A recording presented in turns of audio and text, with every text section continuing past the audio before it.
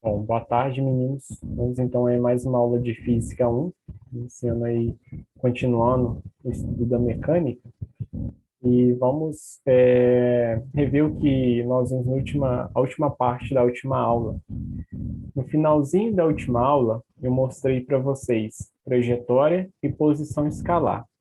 Que a trajetória é a linha determinada pelas diversas posições que um corpo ocupa no decorrer do tempo, ou seja, aqui a gente está descrevendo uma trajetória feita por um corpo. Essa trajetória ela pode ser classificada como retilínea ou circular, desculpa, ou curvilínea. A trajetória ela vai ser uma trajetória retilínea, que é a trajetória em linha reta, ou uma trajetória curvilínea. A gente pode classificar a trajetória dos caras aqui. E aí nós vimos posição escalar, onde a posição escalar indica a medida da distância do corpo até a origem das posições em um determinado instante. Nós definimos aqui na última aula que, para esse cara aqui, um tempo T1, ou que esse tempo aqui seja um tempo de 1 hora, em um tempo de 1 hora, a posição escalar desse Fusca, esse Fusquinha aqui, é de menos 10 quilômetros. E supondo que esse Fusca esteja nesse ponto aqui, no instante de tempo, 2 horas, um T2 igual a 2 horas, então aí nós vimos que a posição escalar para um tempo de 2 horas é de 20 quilômetros. Ou seja, a posição escalar é a distância até a origem das posições. Tranquilos até aqui? Difícil? Acho que não. Então, beleza. João, tranquilo? Aí está tranquilo também. Beleza. E a origem é sempre o zero. Isso. Como eu me lembro mesmo, né? Aqui. Exatamente, exatamente. Sempre que for falado de origem, na origem você vai considerar S, que é a posição, igual a zero. Qualquer exercício que você pegar e falar, passa pela origem é S igual a zero. Você tem que fazer essa condição aqui, ó. Beleza? Ok. Bom, seguindo então, vamos ver deslocamento e espaço percorrido. Qual é a diferença entre deslocamento e espaço percorrido? Suponhamos que eu tenho aqui uma trajetória desse tipo aqui, ó. Uma trajetória desse tipo aqui. Aqui eu tenho um ponto A, aqui em cima um ponto B, e aqui um ponto C. O espaço percorrido, pessoal, eu tenho que conhecer a trajetória. Por quê? O espaço percorrido vai ser a soma dos segmentos percorrido pela partícula. Nesse caso aqui, desse meu exemplo, o espaço percorrido vai ser esse segmento aqui, AB, vai ser esse lado aqui, AB, mais esse lado aqui, ó, BC. Então, se uma partícula sai do ponto A, vai para o ponto C, passando pelo ponto B, o espaço percorrido por ela vai ser um tanto. Vou chamar aqui de x mais y. Então, quando a gente calcula o espaço percorrido, a gente tem que calcular a soma dos segmentos. Já o deslocamento, ou a distância, vai me interessar apenas, deixa eu trocar aqui a cor da minha canetinha, vai me interessar apenas o ponto de chegada e o ponto de saída. Então, por exemplo, a partícula sai do ponto A e vai para o ponto C, eu vou só analisar a distância entre esses dois pontos aqui, ó. Então, nesse caso, o deslocamento é essa distância D aqui. Então, o espaço percorrido é a soma dos segmentos e o deslocamento é a distância entre o ponto final e o ponto inicial. Beleza? Acho que eu entendi. Deslocamento é a distância em qualquer posição de tal ponto até o tal outro ponto. Não precisa ser seguindo um caminho ou seguindo uma estrada, certo? Sim. E o espaço percorrido é a soma dos espaços que você percorre, É o tanto que dos você lugares que você andou. passa. Exatamente, é o Isso. tanto que você andou. Muito bem, exatamente, isso aí. A gente pode definir aqui, então, da seguinte forma, ó. O espaço percorrido é a soma dos segmentos da trajetória. Então, nesse nosso exemplo aqui em cima, o espaço percorrido é x mais y. Eu vou somar esses segmentos. Já o deslocamento é definido como a medida do segmento que representa a distância entre a posição final e a posição inicial. Ou seja, aqui, pessoal, só vai me importar a posição inicial e a posição final para eu calcular o deslocamento. Não preciso saber o espaço percorrido. Beleza? Mas olha só, esse eu não preciso saber o espaço percorrido é que eu não pretendo calcular o espaço percorrido, mas eu sabendo o espaço percorrido, eu consigo calcular o deslocamento. Igual, por exemplo, nessa minha figura aqui, ó, eu gerei aqui uma figura plana, né? Que figura foi essa aqui que eu gerei? Um triângulo. Exatamente, um triângulo retângulo. Se eu conheço quem é x e eu sei quem é y, eu consigo calcular d.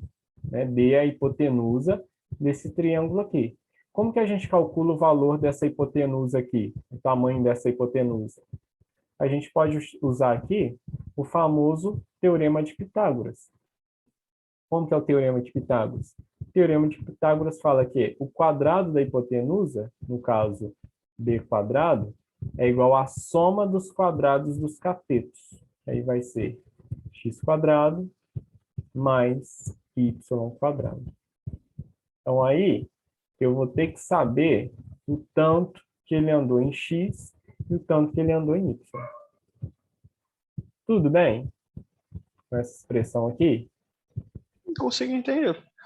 Do Eu? tanto que falavam sobre esse teorema, eu achava que era um bicho de 90 cabeças. Vocês não conhecem o teorema Parece. de, vocês não conhecem o teorema de Sim, Pitágoras? eu já tinha ouvido falar, mas eu nunca tinha visto Eita, nada eita. sobre ele. Davi, João, você já viu alguma coisa sobre o teorema de Pitágoras? Não. Espera aí que eu vou fazer então aqui no cantinho, ó.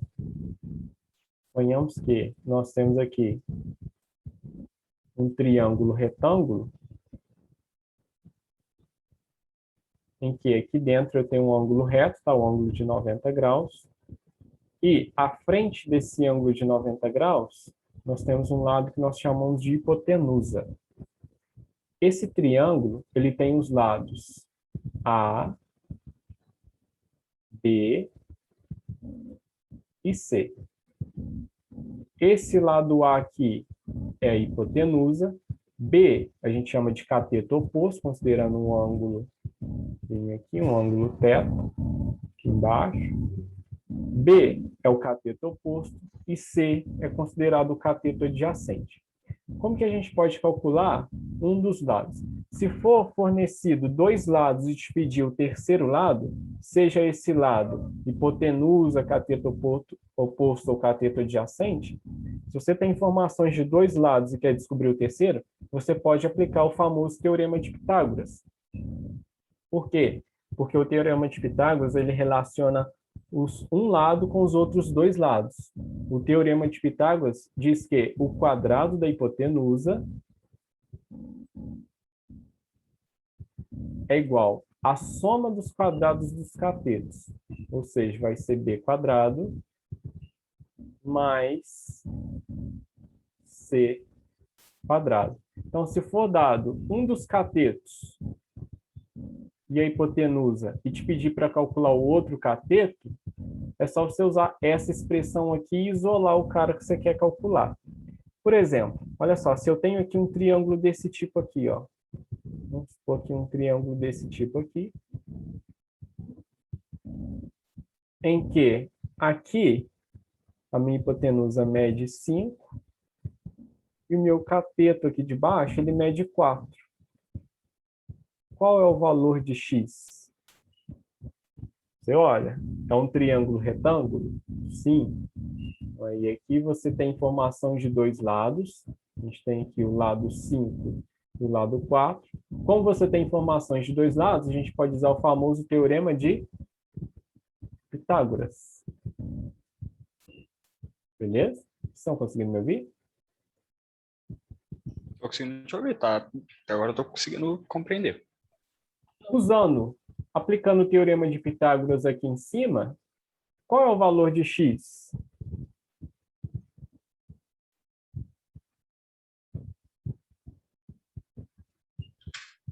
O valor de x ali é a hipotenusa? Não, não, não, não, não. A Não, né? hipotenusa não é A hipotenusa é sempre aquele traço ali que o 5, né? Exatamente. Exatamente. Ela vai vir sempre na frente do ângulo de 90 graus. No caso aqui, a hipotenusa tá aqui, ó. Esse cara aqui, ó.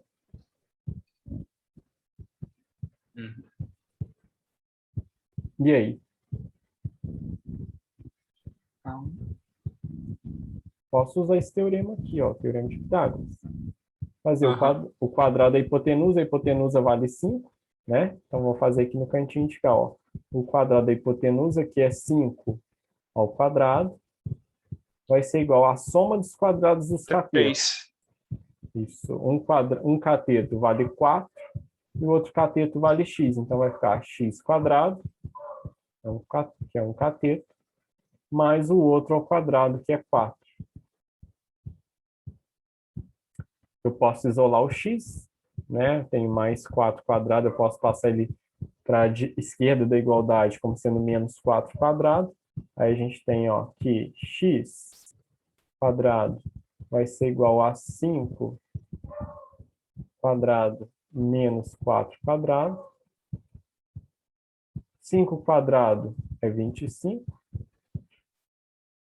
E 4 ao quadrado é 16, né? Então, a gente vai ter 25 menos 16. Isso aqui dá 9, não é isso? Aqui, x quadrado é igual a 9. Eu posso tirar esse expoente 2 aqui do x jogando a raiz. Então, eu vou ter que x é igual a raiz quadrada de 9. Na verdade, mais ou menos a raiz quadrada de 9, né? Quando a gente joga a raiz, a gente vai obter um valor positivo e um negativo.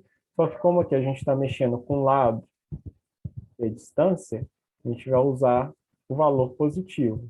Daí, x vai ser igual a raiz quadrada de 9, que é 3.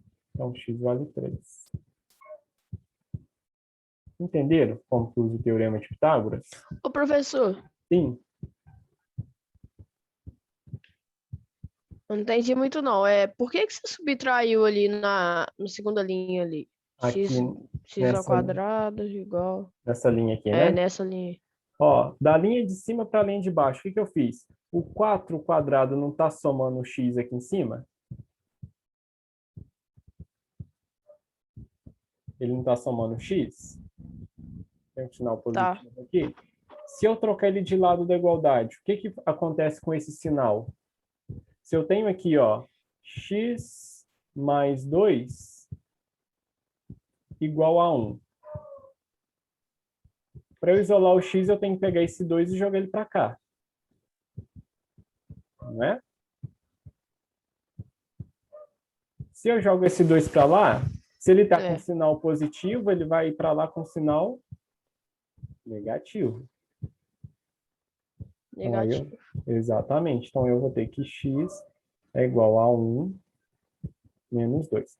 Na verdade, pessoal, você conseguiu entender por que ele trocou o sinal? Quando você troca um número, uma letra no lugar da razão, ele troca de sinal, certo? Quando você troca ele de lado, ele vai trocar de sinal. Por que isso acontece? Olha só, vou puxar esse cara aqui para cima, eu vou fazer uma coisa aqui que eu não iria fazer nessa aula, né? Não, vocês não precisariam saber disso, mas eu vou fazer. Eu vou pegar esse x mais 2 igual a 1 aqui, vou resolver ele aqui em cima de forma diferente. Vou fazer com a corzinha verde. x mais 2 igual a 1. Eu tenho que isolar o x, certo? Deixar ele sozinho à Sim. esquerda da igualdade.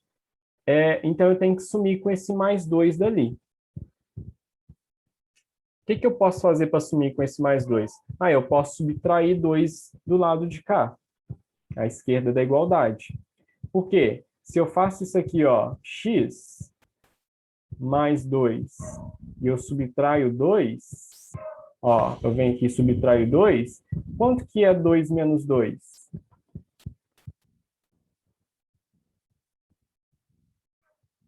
Quanto é 2 menos 2? 0. E qualquer coisa mais zero, não é essa coisa?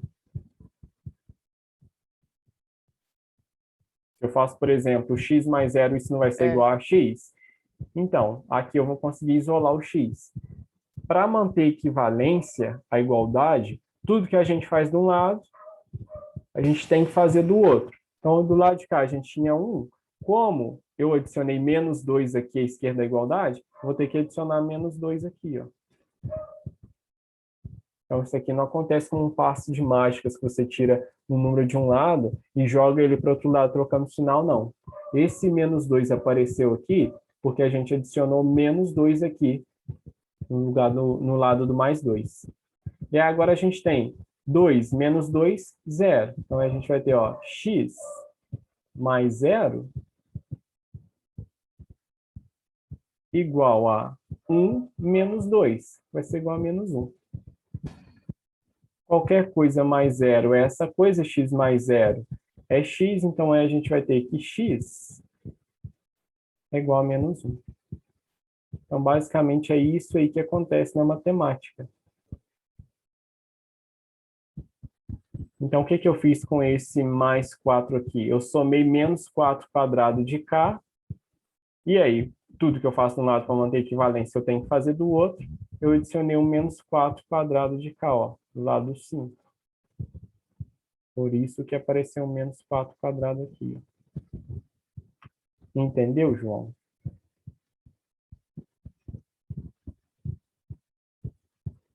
Aham. De verdade?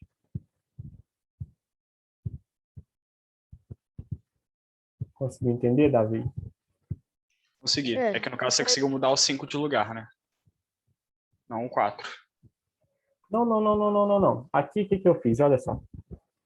Como eu tenho aqui, ó, se eu tiver aqui em cima, ó, x igual a 3. Vou fazer aqui em cima, ó, x igual a 3. Se eu escrever x igual a 3 ou 3 igual a x, faz diferença? Não. Então, na verdade, eu só escrevi esse cara de cá, ó. E o 5 eu passei para cá. Só escrevi ele de forma diferente. Ao invés de eu escrever 5 quadrado igual a x quadrado mais 4 quadrado, eu escrevi x quadrado mais 4 quadrado igual a 5. Aí eu jogo o 4 para o lado de lá negativo. Ó. Aparece o 4 ao quadrado negativo de lá. Eu não passei, não troquei x de lado, nem 5 de lado. Eu só escrevi ele de forma diferente. Ó. Ao invés de eu Entendi. escrever 5 quadrado igual a x quadrado mais 4 quadrado, eu posso escrever isso aqui como sendo x quadrado mais 4 quadrado igual a 5 quadrado. Posso escrever de forma diferente. Essa escrita aqui é equivalente a esse cara aqui. Entenderam? Uhum. João, você conseguiu entender? Oi, professor, então ali Então, aí no caso ali da conta, tipo, ao invés de eu tirar o 5, tipo, para 5 elevado a 2 ali, eu poderia tirar o 4 também? Ia dar certo?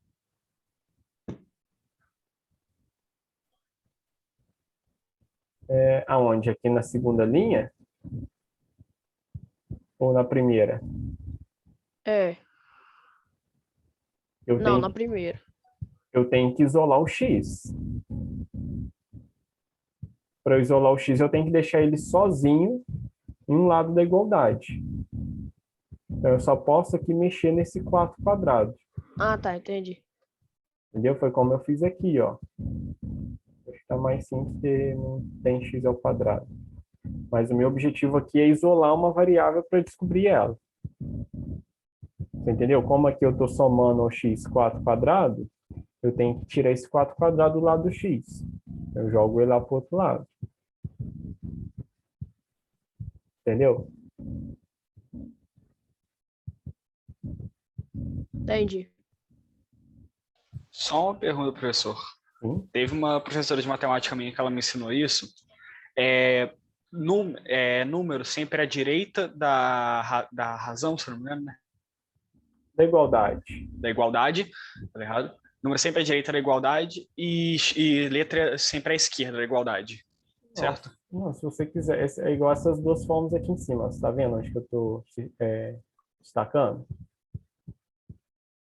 Você pode fazer x igual a 3 ou 3 igual a x dá na mesma. Não tem nada de diferente aqui, não. Então, isso aí é opcional. Isso aqui, Davi, é porque quando a gente começa a fazer equações, a gente tem um hábito de colocar as variáveis, que é x, y, à esquerda da igualdade, para a gente obter um resultado bonitinho desse tipo aqui, ó. Mas se você quiser colocar número à esquerda da igualdade e a tua variável à direita, pode também. Porque para mim, essas duas aqui são equivalentes, ó. Isso aqui é a mesma coisa. De cima. Então não tem nenhuma regra que você tem que pôr a variável à esquerda. Isso aqui para mim é equivalente. É que é mais fácil. Exatamente, já é o costume, né? Você começa a fazer as Sim. equações, você coloca a variável à esquerda da igualdade. Mas se você obter um resultado desse tipo aqui, 3 igual a x, não está errado, não. Ok. Beleza? Uhum. Mais alguma dúvida, pessoal? Nenhuma. Deu para entender bem. Beleza, então esse aí é o teorema de Pitágoras. Não. Boa.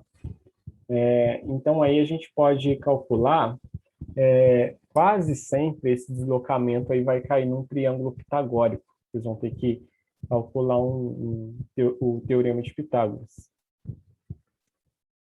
Daí, deixa eu apagar esse cara aqui, que vai aparecer uma figurinha aqui. Esses casos é aí que entra aquelas falas da trigonometria, se eu não me engano, né? Que um quadro, que eu acho que é um retângulo, é formado por dois triângulos, né? Sim. Um quadrado é formado por dois E aí são triângulos esses. retângulos. Então, e aí é que entra começa a entrar esses cálculos da hipotenusa, certo? Exatamente. Ó, reforçando que aqui você só vai usar o teorema de Pitágoras se você tiver informação de dois lados, igual a gente tinha aqui em cima. Tínhamos aqui em cima informação de dois lados, você queria calcular o terceiro. Seja esse cateto oposto, adjacente ou hipotenusa. Agora, se eu tiver um lado só e quiser calcular o outro, não souber o outro cateto, eu não consigo usar o teorema de Pitágoras. A gente tem que recorrer lá às leis básicas da trigonometria, que é usar seno e cosseno do ângulo desse cara aqui, ó. Porque o seno relaciona dois lados, o cosseno também vai relacionar os dois lados desse triângulo. E a gente tem a tangente que vai relacionar os outros dois lados desse triângulo. Então, a gente só vai usar o teorema de Pitágoras quando for fornecido dois lados e você quer descobrir o terceiro. Caso contrário, a gente não consegue usar Pitágoras. Beleza? Aí esse seno e cosseno que você falou. Isso, aí vai usar seno, cosseno ou tangente. Isso daí é só mais para frente, certo? Isso. Vocês vão ver mais para frente comigo aqui. Vocês vão aprender isso em matemática, mas vocês vão ver em física também. A gente fazer as projeções de um movimento. Beleza?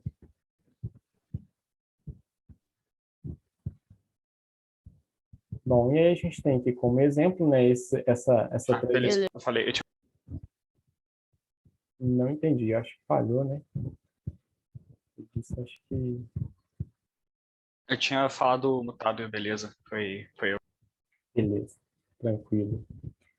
Aí, no caso, como exemplo, a gente tem essa trajetória aqui, né? Pode ser uma partícula que sai do ponto A, vai para o ponto B, do ponto B vem para o ponto C e do ponto C vai para o ponto D. Se eu for calcular o espaço percorrido, eu vou ter que somar todos os segmentos aqui. Vou ter que somar o segmento AB, o segmento, ó, vou ter que somar o segmento AB, vou ter que somar o segmento com o segmento BC e com o segmento CD. Eu vou ter que somar todo mundo e eu consigo calcular o espaço percorrido. Já o deslocamento só vai me importar aqui a posição de saída e a posição de chegada. Vai ser esse cara aqui. Tranquilinhos? Boa. Bom, vamos Não, mas então... na verdade, só uma pergunta. Sim. Vou voltar aqui. Naquele caso ali, eu vou usar o ângulo de 90 graus da linha da A para C ou D para C? É A para C ou A para... Não entendi. A para C ou A para D? Não. Eu vou usar... Aí, se eu quisesse descobrir a hipotenusa, Sim. eu usaria... Onde que eu colocaria o ângulo de 90 graus? O ângulo de 90 graus, ele vai ser o seguinte, ó. Pensa comigo. Aqui, do ponto A ao ponto D, a gente tem essa distância D. É uma reta na diagonal, certo? Uhum. Sim. Eu posso gerar aqui uma reta paralela ao segmento BC aqui embaixo, ó.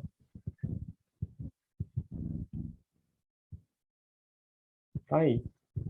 Gerei uma Entendi. reta aqui, né? Um segmento paralelo ao segmento BC, onde o segmento BC é perpendicular ao segmento CD. Ou seja, ele gera um ângulo de 90 graus com o segmento CD. Então, aí a gente gerou aqui um triângulozinho. Aqui eu tenho a base dele, aqui eu tenho outro lado, um cateto, outro cateto. E eu consigo achar agora quem é essa distância D. Esse ângulo de 90 graus, ele vai variar algum tamanho dele? Não, ângulo de 90 graus sempre vale... Comprimento? Não, ele Vai ser sempre... sempre 90 graus. O ângulo de 90 graus sempre vale 90. Se você tiver uma reta na horizontal e outra na vertical, sempre que você tiver uma direção horizontal e outra vertical, o ângulo entre esses caras sempre vai ser de 90 graus, que é o ângulo reto, que a gente chama. Beleza? O ângulo entre essas duas retas perpendiculares vai ser um ângulo de 90 graus. Beleza? Beleza. Deu para entender bem. João, conseguiu entender? Beleza. Boa. Bom, então aí vamos ver o conceito de velocidade escalar média. Mas antes da gente ver velocidade escalar média, vou apresentar para vocês esse cara aqui, ó, o delta.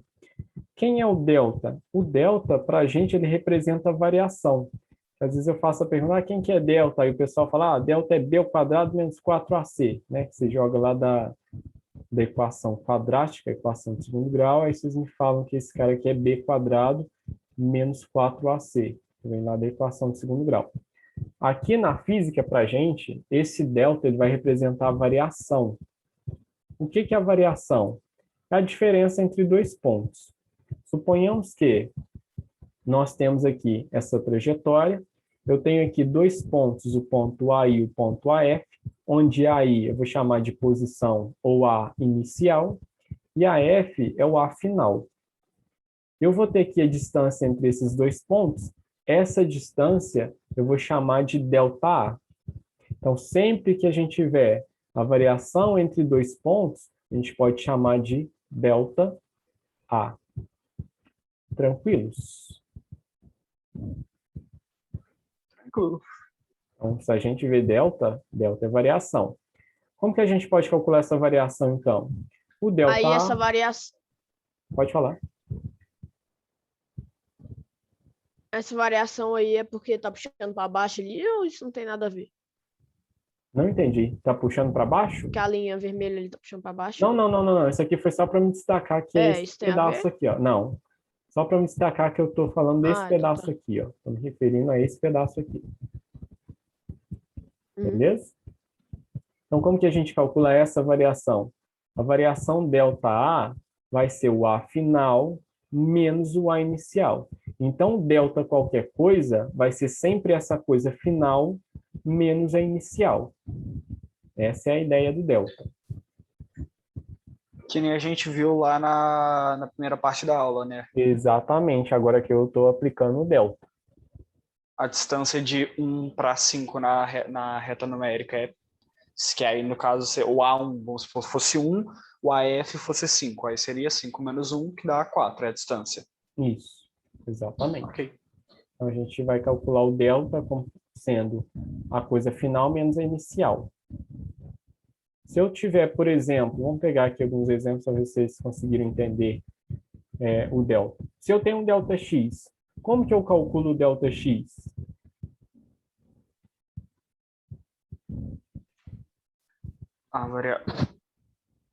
Calma. AX e... Não, calma. XI e XF? Ah, sim, xi, xf. Mas como que eu calculo essa variação? Xi, xf, o que que eu X, faço? XF menos XI. Você concorda, João?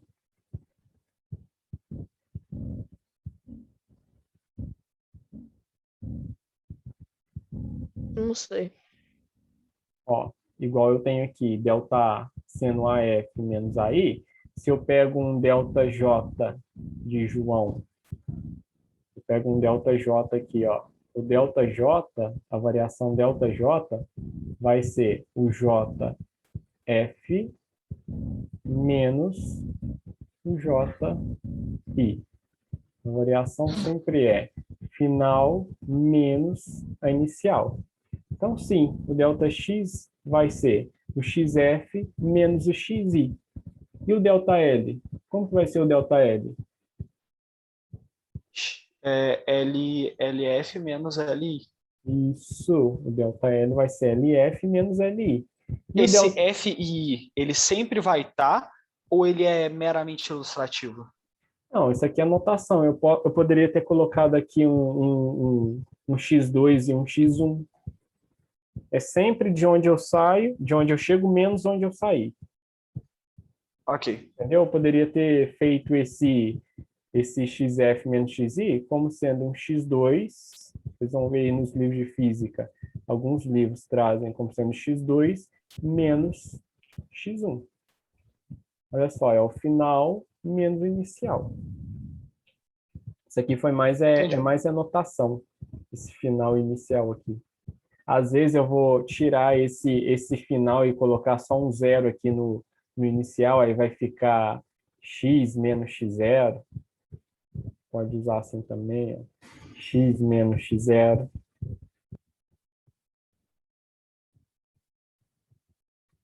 Beleza? Beleza. Tranquilo, João?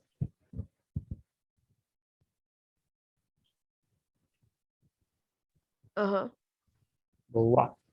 O ΔT, a gente pode escrever o ΔT como sendo o TF menos TI e o ΔT minúsculo como sendo o T. Eita, apareceu uma expressão que essa expressão não é daqui não, tá, pessoal? Não sei o que ela está fazendo aqui, ó.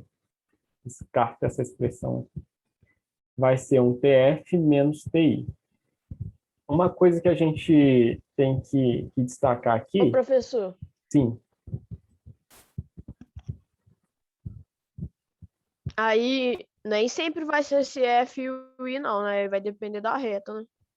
não, vai depender do... Você vai escrever do jeito que você quiser. Se você quiser escrever 2 e 1, pode também. Igual, por exemplo, aqui em cima. Nesse exemplo aqui de cima, eu poderia ter feito aqui o ponto 1 e aqui o ponto 2. Aí aqui embaixo seria o ΔA seria o A2